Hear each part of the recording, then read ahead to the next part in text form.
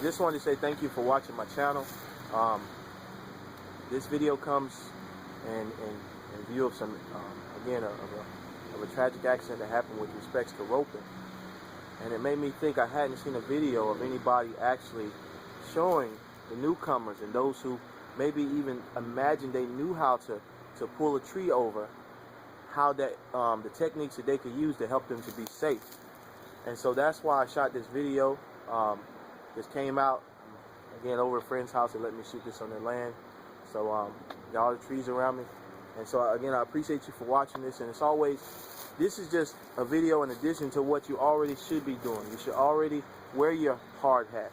You should already wear your PPE, your safety goggles. You should already wear your chaps if you can afford them. Or if not, start planning to get you something like that just in case you cut yourself. Those things will help you prevent a really bad accident. Get your helmet, safety, your ears. If you need a face shield, whatever, especially with reference to you guys with the companies. I've seen so many tree guys, and I've seen big crews, big trucks. I mean, these guys, I would imagine, would have had all the. I mean, when you got a bucket truck, you don't even have to sell yourself like most other people do. You pull up to a neighborhood, they coming to you, and you getting business. But I've seen guys out there with their shirts off, a hat, no kind of PPE, seen sandals, shorts. Think about using a weed eater with shorts. Think about what happens during that time. I mean, granted, some people can take all that stuff hitting their knees, but if you've ever tried weed eating without pants on, that gives you an idea. But when you're cutting with a chainsaw, you definitely don't need to be using or having shorts. But it's just common sense, guys. You have that crew that's helping you to make money. And that's an investment. That's an investment into you and your future, because they're helping you. And you're training them and you're helping them too.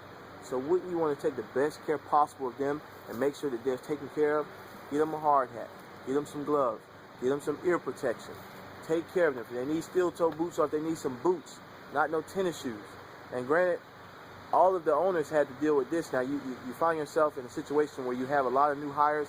It's hard to keep good people on because eventually they find something better. It's just like that in tree work. You'll have a guy, you train him, and he goes, does his own thing, and it's just like that. Prepare for things like that. So when the new guys come, you can help them get situated, tell them what's expected, and especially with reference to PPE, help them to see the value of wearing those things. Because people who aren't used to tree work don't realize the dangers and so associated with it. A tree could fall on you. If trees fall, the shrapnel from around the tree or some kind of debris or some kind of projectile could hit you. There's so many things. Once a limb is cut off a tree, it could bounce and hit you. I mean, again, so many scenarios. Cutting yourself with a chainsaw, cutting somebody else, dropping a tree on the house, and the list goes on. So you want to take care of yourself and of your people that's working for you. So this video is to help you guys, especially those who don't know. This is just how I was taught, and I think it's really the best way. And I've seen so many others use this same technique. And again, it's just, again, a good way for you to add to your knowledge that's going to help you and preserve you in your years to come with respect to your tree business. So again, thanks for watching. I hope this helps. I've seen some really disturbing news on the internet about a situation with someone pulling a tree over with a rope. And I think because a lot of us, we are not what you consider trained.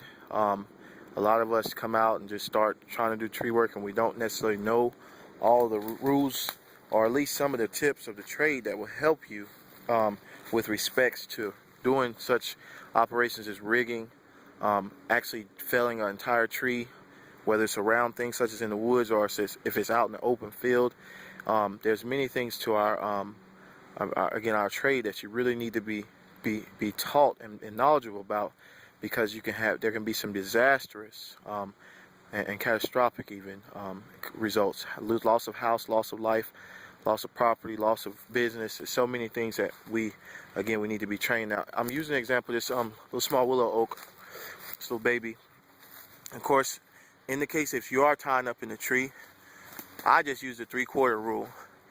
You would try to tie off. Now, you can't really see how tall this tree is. It's really tall still, but 3/4 of the way up, I get a rope up here, and I would either climb up there and put it up there, or throw a rope, or however you insert it.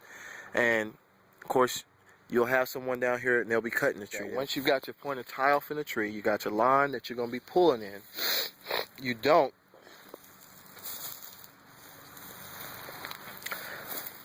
under no circumstances leave the rope in the ball like this behind you, because here's what happens. You'll be up here, and say if that rope, especially rope in big limbs, and if it's tangled up, look what happens. In an instant of time, you'll be snatched. You can be snatched, tripped up, and see, I'm standing still and I'm trying to get it out. So can you imagine, with pressure on this line and you trying to get out of this thing will snatch you in the opposite direction. So that basically, the rule of thumbs is, for all you guys again who haven't been trained, is that when you're roping, you make sure all this rope is behind you in a straight line.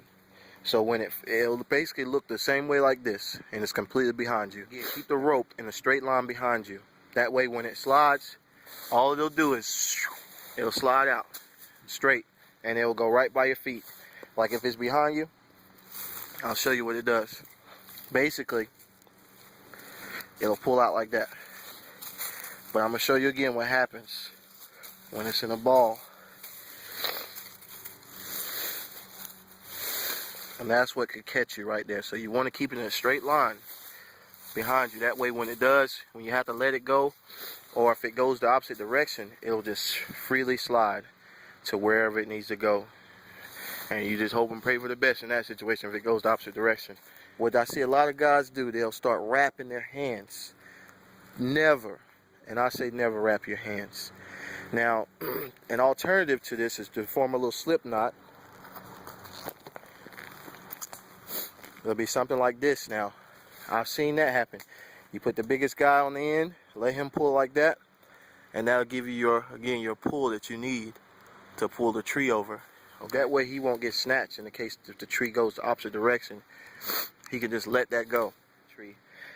If you do have to, like, maybe put a little coil to the side instead of balling this whole big old ball up, if you got, again, over 150 foot or over 200 foot of rope, and you don't want to run 200 foot of rope straight out. Okay, now I want to show you something else. Okay, when you're pulling a tree, okay, you got the rope in a straight line behind you. See how I got the rope here? Got my left hand up here. I got my right hand, or vice versa. If you're on this side, you got your right hand in the front, your left hand, and I'm going to show you. All you simply do, you rest that with your right hand and your left hand, depending on which side you're on, you pull on the rope like that. That'll keep the pressure on it. It'll keep you from fatiguing, because if you constantly trying to pull like that, and it ain't time, and he hadn't cut his back cut, you're going to kill yourself. You're burning yourself out. And by the time you get ready to rope, you're going to do this. Pull. And that's the worst thing you can do. So here's what you do. Again, you take the rope, and I've seen so many people do this. Don't do that. No, don't do that. Don't wrap yourself up under no circumstances. Don't wrap your hand. Don't wrap your hand. No. Take the rope. Make sure it's straight line behind you. And you take, and that's how you pull. Left foot forward, right foot body weight on it. And see, I can let go of this and still have a nice tension on the rope.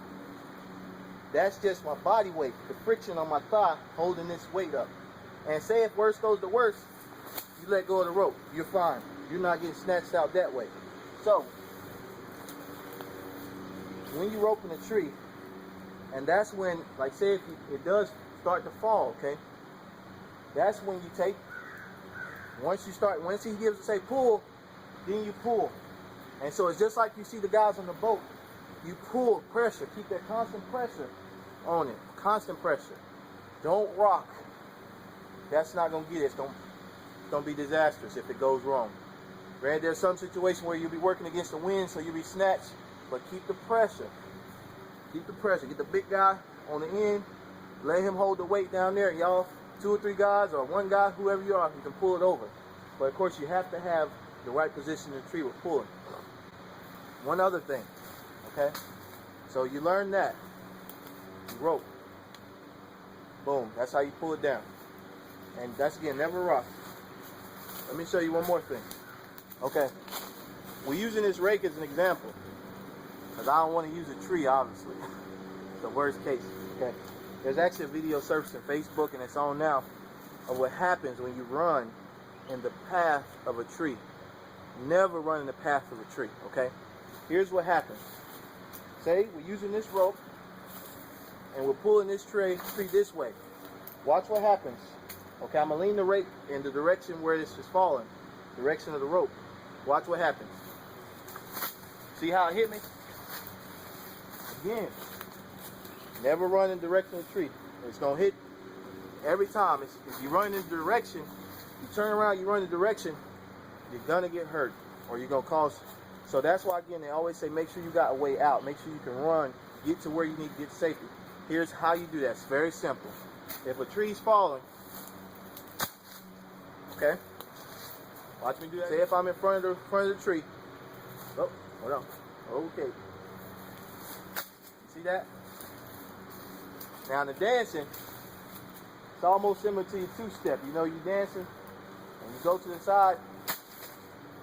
Always run to the sides of the tree, or in this case, this tree is falling this way. I want to go out that way.